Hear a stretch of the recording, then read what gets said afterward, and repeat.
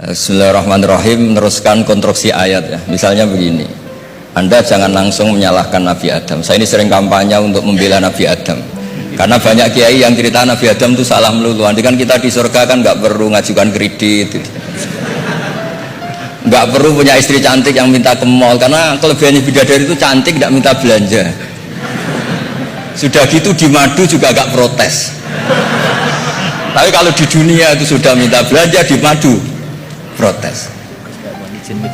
Jadi tapi kenapa Nabi Adam akhirnya keluar dari surga dan kita menyalahkan hanya demi kepentingan supaya tadi punya istri cantik, tidak minta uang apa belanja dan boleh dipoligami mau maksudnya.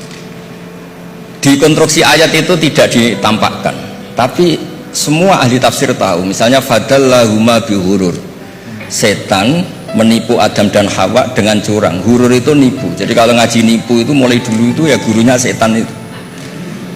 Jadi Nabi Adam itu di surga dengan penuh limpahan anugerah. Buah apa saja ada, makanan apa saja ada, enggak bayar. Tempat mewah lek juga enggak bayar. Kalau Anda di hotel lek sedikit aja bayarnya minta ampun. Akhirnya setan itu pura-pura nangis terseduh-seduh. Akhirnya Nabi Adam menghampiri. Kenapa kamu nangis? Saya ini iba sama kamu, kasihan. Nikmat yang begini nikmat, pada akhirnya Anda ini mati, karena Anda manusia pasti mati. Kasihan sudah senikmat ini kemudian Anda mati. Pura-pura nangis, jadi lama ya nangis, acting itu. Akhirnya Nabi Adam tanya, lalu solusinya gimana? Terus setan tinggal numpangi. Hal adulluka ala syajaratil khuldi wa mulkil la yafla. Kamu mau tak kasih vitamin, makan pohon khuldi, nanti kalau kamu makan itu terus abadi. Jadi terus setan, Nabi Adam mulai ragu ya, tapi Allah melarang saya makan pohon khuldi itu, syajaratul khuldi itu. Kamu tidak usah cari tafsirnya, itu anggur apa ketela apa duren, itu namanya orang kurang penggawean itu gak penting. Ketika Allah tidak menjelaskan detail itu berarti detailnya itu tidak penting. Kamu sok penting nyari itu apa ya? Allah saja tidak menjelaskan, kok kamu yang manusia mau menjelaskan. Akhirnya Nabi Adam tanya, apa betul Allah itu melarang saya makan itu? Terus Allah cerita, wa qasamahuma inni lakuma laminan nasihin. Terus setan itu cerita, demi Allah saya tahu info terbaru bahwa sekarang nggak apa-apa. Jadi hukum terbaru itu. Singkat cerita Nabi Adam makan. Ketika makan, berarti setan salah karena menipu Nabi Adam, Adam salah karena makan pohon khuldi tadi. Apa yang terjadi? Allah manggil Nabi Adam, Adam, kenapa kamu makan itu? Bukankah pohon-pohon yang lain, buah-buah yang lain itu cukup? Kenapa kamu makan yang saya larang itu? Terus jawab Nabi Adam ini yang unik, yang kita harus bela Nabi Adam ila yaumil qiyamah. Wa izzatika ya Rabbi ma'adzunnu anna ahadan yahlifu bika kadiban. Demi kehormatanmu ya Allah, ketika engkau disebut oleh setan, saya tidak pernah mengira ada orang berani mencatut nama engkau kemudian dia bohong. Ketika engkau disebut ya Allah, saya tidak pernah mengira ada orang mencatut nama engkau kemudian dia bohong. Sehingga Allah itu haru sama Nabi Adam. Makanya Nabi Adam itu diusir. Ini meneruskan ayat yang dibaca Mas Masjid tadi. Diusir tapi disangoni. Dam, secara prosedur hukum kamu harus saya usir karena kamu melanggar. Tapi tak sangoni, lucu kan? Tak sangoni. Kamu baca ini ya. jadi unik. Makanya ayatnya fatalaqqa Adamu mir Rabbi. Bukan kreasinya Nabi Adam. Kalimat itu bukan kreasi Nabi Adam, tapi hadiah sama Allah. Ini kamu secara laturan tak usir, tapi tak sangoni, ini dibaca nanti. Tapi Nabi Iblis tidak disangoni. Karena memang dia penipu betul. Sudah gitu akting pura-pura nangis, pura-pura ini itu. Jadi bener-bener penipu ulung. Makanya sekarang pun kalau penipu itu memang harus sopan, harus nangis. Itu cara untuk itu. Karena sanatnya penipuan memang begitu, sanat awalnya memang begitu. Pura-pura nangis, terus pura-pura itu. Jadi itu memang cara paling efektif untuk apa? Nipu. Ada sanatnya. Nah, lalu kenapa ada hadis mangkola la ilaha illallah dakhalal jannah? Ini terakhir, terus nanti Mas ngendikan terus doai sekalian. Perintah sebul bed, bukan permintaan, perintah. Perintah itu bukan berarti tidak sopan. Memang bahasa Indonesia itu gitu. permohonan itu mesti diabaikan. Kalau perintah itu agak tegas, bukan masalah. Jadi begini, saya ulang lagi konstruksi ya, konstruksi ayat fadallahuma bihurur. Kenapa mangkola lailu dakhalal jannah?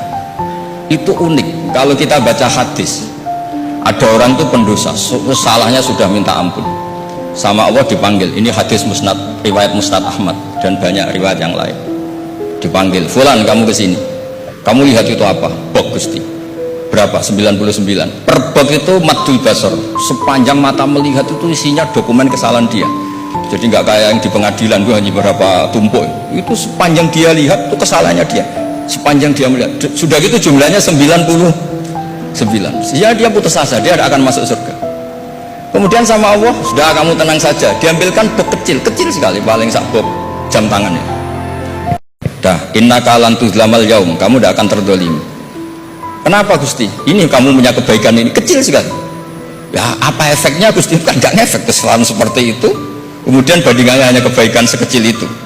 Udah kamu tenang aja. Setelah ditimbang, box 99 yang jumlahnya maddul basar kira-kira 3 kilo sama satu wadah jam kecil, ternyata setelah ditimbang itu menang 1 jam kecil. Karena isinya la ilaha illallah. Malaikat itu nggak berani. Kamu berani, ada namaku kemudian kamu abaikan. Malaikat yang nimbang Pak Warsono itu diprovokasi sama malaikat yang lain. Kamu berani nggak mempertimbangkan kata Allah di situ? Oh ya nggak berani. Itu disebut fala yaskulu ma'asmillahi ta'ala sayun, dibandingkan asma Allah itu tidak ada yang bisa mengguli. Nah di sini terus para torekot, para apa konwiridan Allah, Allah, Allah.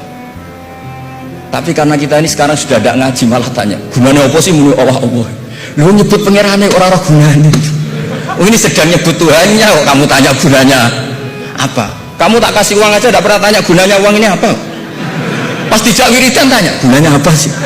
Oh dasar orang aneh. jadi logis. Nah Nabi Adam juga sama, ketika disebut asma Allah itu nggak mikir yang lain, apa setan itu penipu apa enggak, sudah grogi yang manggil Allah langsung. Nah makanya saya mohon, kenapa kita memahami mangkana akhiru kalamihi Allah la ilaha illallah dakhalal jannah, karena dengan itu malaikat gak berani macam-macam. Jadi nanti kalau anda ketemu malaikat tukang hisab, ayo silahkan abaikan nama Allah. Kalau kamu berani berarti tidak malaikatnya Allah. Masa namanya Allah gak dipertimbangkan, apalagi ini asmane Allah. Nah, makanya Nabi ngendikan fato satis sijilat wasakula ismuwah. Kemudian bok kesalahan tadi jomplang kalah, kemudian yang menang hanya asmanya Allah Subhanahu wa ta'ala. Makanya terus disebut, sudah Nabi ketika tanya amal apa paling baik ya Rasulullah, gini dzikrullah fisri walalan gini-gini, dan kamu mati dan kamu hidup walisanu katordun, kamu harus selalu ingat Allah ta'ala. Nah kalau sampean tanya kenapa itu menjadi penting, karena tadi malaikat tidak akan memperbandingkan Allah dengan yang lainnya. Makanya ketika ulama-ulama sufi, kalau kamu habis salah istighfar, nanti di sohifah kamu akan ditulis habis salah, salah. Terus di belakang ditulis, tapi setelah itu dia bilang astagfirullahaladzim. Nanti malaikat tinggal aja kamu teror, kamu mempertimbangkan Allah apa yang itu. Ini tak ajarin, kalau tepat ya kamu didengar, kalau tidak malah digebuki, tidak tahu saya. Tapi itu ijazah resmi ini hari ini, hadisnya akurat. Ijazah. Dia ngotot mawon, kalau nak kesuwen kepinteran nyanyi kulo. Assalamualaikum warahmatullahi wabarakatuh.